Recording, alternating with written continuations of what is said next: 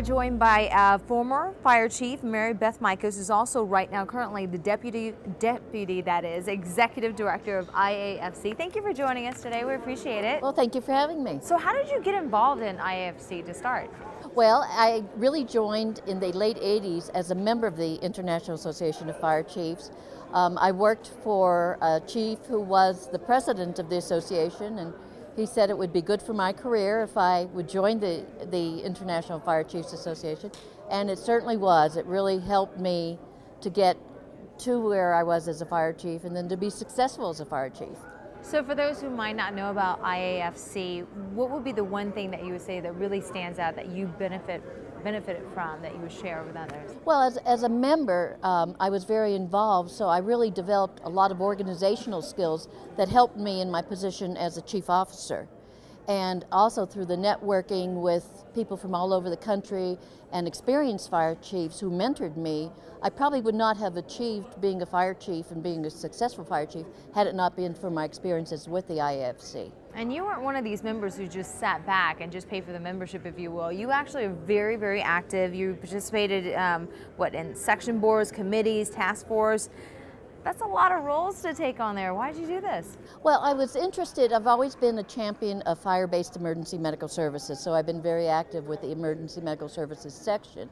And then being a woman in the fire service, I was appointed to the first diversity committee that they had, and worked with that group for quite a number of years to help kind of pave the way for women and minorities in the fire service and to help them assimilate into the fire service. So are there any projects or programs going on right now that you can say, you know what, I had a hand in that, I helped out with that, and that's why it's so successful? I'm very involved with executive development of fire chiefs. So I've worked with the new chiefs leadership programs, with a program we call Executive Edge, which is meeting now at the conference here, and that we put on throughout the country about 4 or 5 times a year.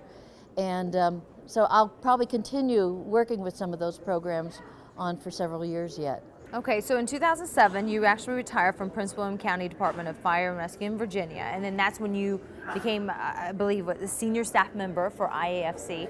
Is there a big difference between being a staff member or a senior staff member compared to just a regular member before?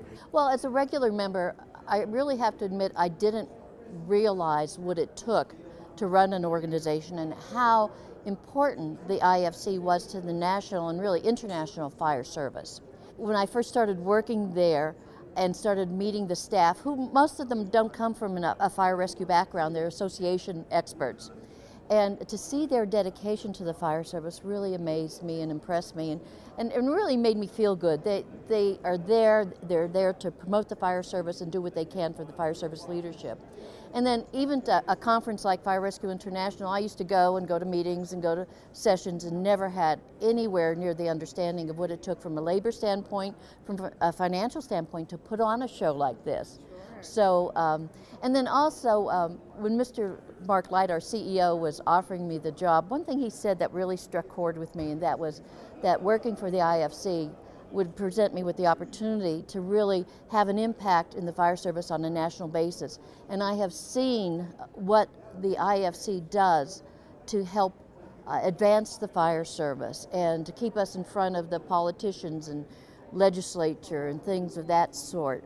We have great leadership, and I've really enjoyed working with them, and especially for our Executive Director, Mark Light.